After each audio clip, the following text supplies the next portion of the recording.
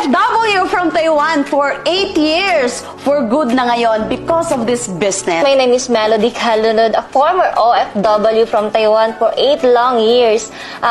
Isa po akong machine operator hanggang sa naging quality control, working 12 to 14 hours a day. Sobrang sipag talaga.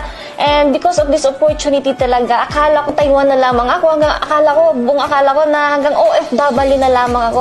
Naging turning point ko up na in my 8 years, isang beses lamang po ako umuwi sa amin kasi nangihinayang ako.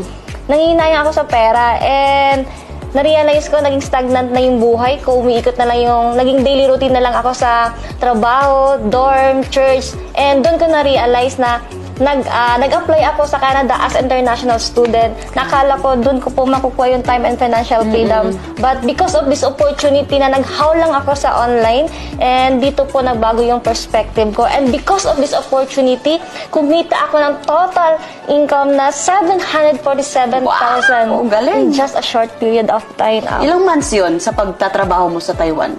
Almost siguro isang taon din, pag walang overtime or almost. Sobra pa, isang taon. So anong feeling mo right now and message mo sa mga OFW din na katulad mo?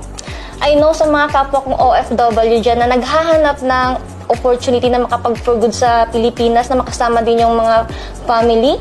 And I know na the moment na nakita mo tong video na ito, grab this opportunity. Kasi minsan lang din ako naging kagaya mo, naghaw lang din, sumubo kasi hindi ko gusto na tumanda sa pagiging OFW ko. And dito ko nakita and certain ko na ito yung magpapauwi sa akin pagod kasi nangyari siya in just 3 months. Kaya I know for sure na kung ano yung nangyari sa akin, I know na ikaw na yung next talaga dito.